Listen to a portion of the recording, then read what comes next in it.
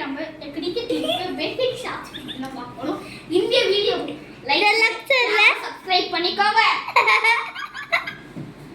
இப்ப நம்ம வந்து பேட் ஷாட்ஸ்லாம் பார்க்கணும்.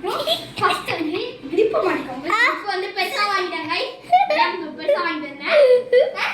அதே போடுங்க, அது மட்டும் கண்டுக்காதீங்க.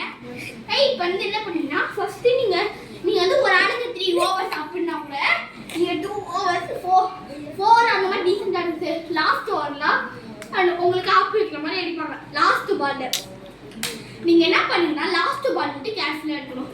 ஏன்னா நிறைய பேர் நீங்க வந்து என்ன பண்றாங்க, இது லாஸ்ட் பால் அவுட் ஆயிடுறீங்க. லாஸ்ட் பால் இப்போ எல்லா காமனா போற இதுனா இன்ஸ்விங் அவுட் ஸ்விங் இல்லனா இது கூகுளி இந்த மூணுத்துல ஏதாச்சும் ஒன்று தான் போடுறாங்க. நீங்க அதுக்கு தகுந்த மாதிரி ஒரு பேட் வாங்கிக்கிறோம். ஃபர்ஸ்ட் பேட்ல வந்து வெயிட்டான பேட் வெயிட் இல்லாத பேட்டா இருக்கு.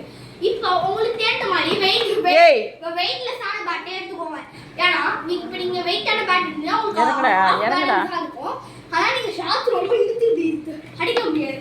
அதுக்கப்புறம் மூணாவது டிப் என்னன்னா, நீங்க ஸ்ட்ரைட் எப்பவும் ஷாட் வந்து ஸ்ட்ரைட் இந்த மாதிரி ஸ்ட்ரைட்டா போடுங்க.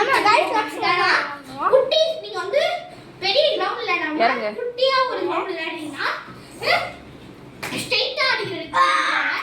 நெக்ஸ்ட் பேனா ஆக்கிடாத. நெக்ஸ்ட் நீங்க வந்து கலட்டாத லோக்கல் பிராண்ட் அப்படியே வச்சிரடா. கலட்டாதடா.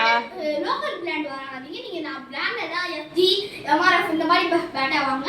அதுக்கு ஒரு முக்கியமா கியர் தான் முக்கியம். கியர் ஹெட்டுக்கு இது நீ பேடு இதுக்கு வந்து கியர் வந்துடும். அதுக்கப்புறம் காலுக்கு கியர் எல்லாரும் கியர் வந்துடும். கையிலுக்கு கியர் வந்துடும். இதுக்கு இது ரேட்டு 1900 rupees. இதுக்கப்புறம் பேட் பொசிஷன் தான் பார்க்க போகிறோம். நீங்கள் இந்த இடத்துல லைட்டாக பிடிக்கணும். இந்த இடத்துல நீங்கள் நல்லா ஸ்ட்ரைட்டாக பிடிக்கணும். லைட்டாக பிடிக்கிற இடத்துல நீங்கள் லைட்டாக பிடிச்சிங்கன்னு வச்சுக்கோங்களேன்.